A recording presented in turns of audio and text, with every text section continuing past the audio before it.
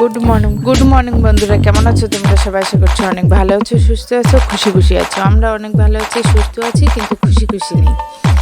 যাই হোক, আমরা একটু চলছি নানান রকম সমস্যা ঝামেলার মধ্য দিয়ে। তো তবু ভালো থাকতে হবে, ভালো থাকার চেষ্টা করে চলেছি প্রতিনিয়ত। যাই হোক, তো নতুন একটা সকাল, নতুন একটা ভিডিও নিয়ে চলে আসলাম তোমাদের সামনে। আর তোমরা সবাই জানো আমরা চলছি এখন গুরুদশার ভিতরে, কারণ আমার কাকি শাশুড়ি মারা গেছে।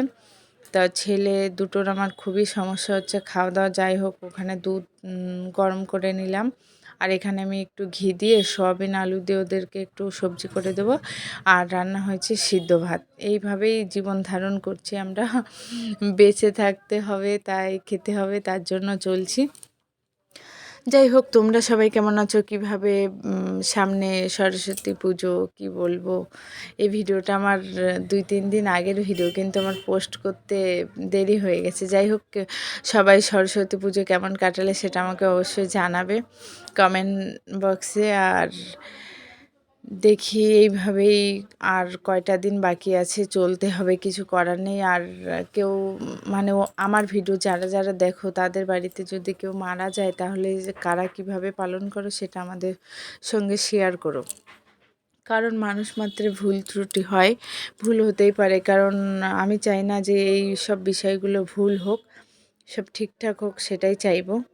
যাই হোক, তো এখানে দেখো সব কাজ বাজ করে খাওয়া দাওয়া করে চলে আসলাম দোকানে। আর এই এক কি আজব খাবার উঠেছে দোকানে।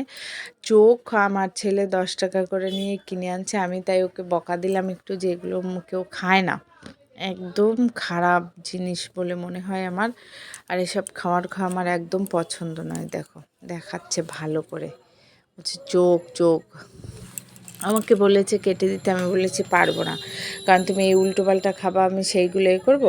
তো বাড়ি এসে দেখো আমি বলেছি স্নান করতে চল, বলছে আমি আজকে সকালে স্নান করেছি। তাই বলে খানিক কান্না টান্না করে দাদু সাইকেলে হাওয়া দিচ্ছে, ও সেইখানে আছে আর মিসকে মিসকে হাসি দিচ্ছে। কিন্তু কারণ ও যদি এই সাইডে আসে আমার হাতে ধরা পড়ে যাবে, স্নান করতে যেতে হবে, তার জন্য ওই কাজগুলো করছে। যাই হোক, আমি এখানে চলে আসলাম আমাদের পুকুর পাড়ে একটা কাকিমাদের গাছে পুরো পাকা পাকা মানে কি বলবো, লোভনীয় কুল হয়েছে। সেইগুলো 2-3টে একটু পেড়ে নিলাম খাবো বলে। এই দেখো কুল গাছটা দেখিয়ে দিলাম তোমাদেরকে, কুলে ভরা। যার যার খেতে ইচ্ছা করছে আমাকে কমেন্ট বক্সে জানাও, আমি অ্যাড্রেস দিয়ে দিচ্ছি, চলে আসো তাড়াতাড়ি করে, খেয়ে বাড়ি চলে যাবে। যাই হোক, ওখান থেকে এসে ঝপাঝপ কটা ভাত খেয়ে নিলাম আমরা।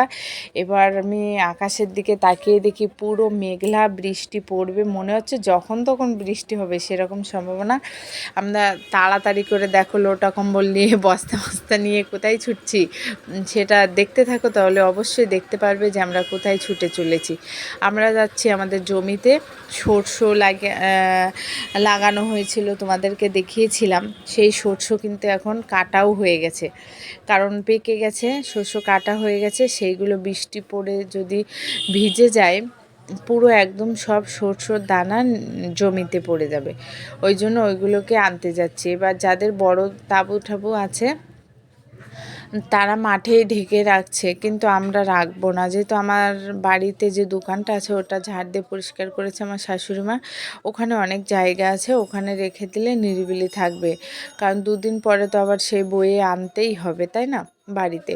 ওই জন্য এখনই যাচ্ছি, ছেলে বেলে সবাইকে নিয়ে ছুটেছি। বৃষ্টি যেহেতু মনে হচ্ছে যখন তখন পড়বে, আমি আর আমার ছোট ছেলে আগে আগে আসছে, আমার শাশুড়ি, শ্বশুরমশাই, আমার বড় ছেলে সবাই পিছনে পিছনে আসছে।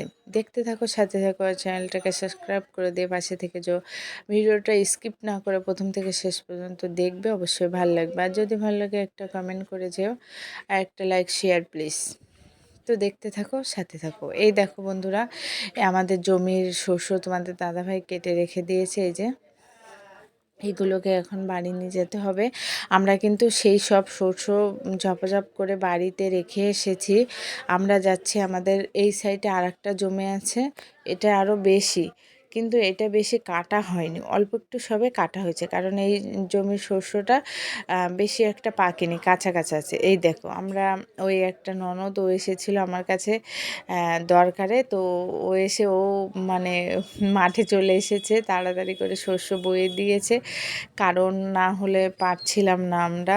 বৃষ্টি পড়া শুরু হয়ে গেছিলো, ভয় পেয়ে গেছিলাম। যাই হোক, এখানে এসে আমরা একটু রিলস টিলস বানিয়ে নিলাম, যেহেতু কাজ হয়ে গেছে কি করব, মাঠে আসলে বেশ সুন্দর প্রাকৃতিক সৌন্দর্য তো বেশ ভালোই লাগে, বলে না দুঃখের ভিতরেও আনন্দ খুঁজে নিতে হয়। সো আমিও সেটাই প্রতিনিয়ত করে চলেছি, আর কি করব, মনে অনেক অশান্তি থাকার সত্ত্বেও ভালো থাকার চেষ্টা করে চলেছি।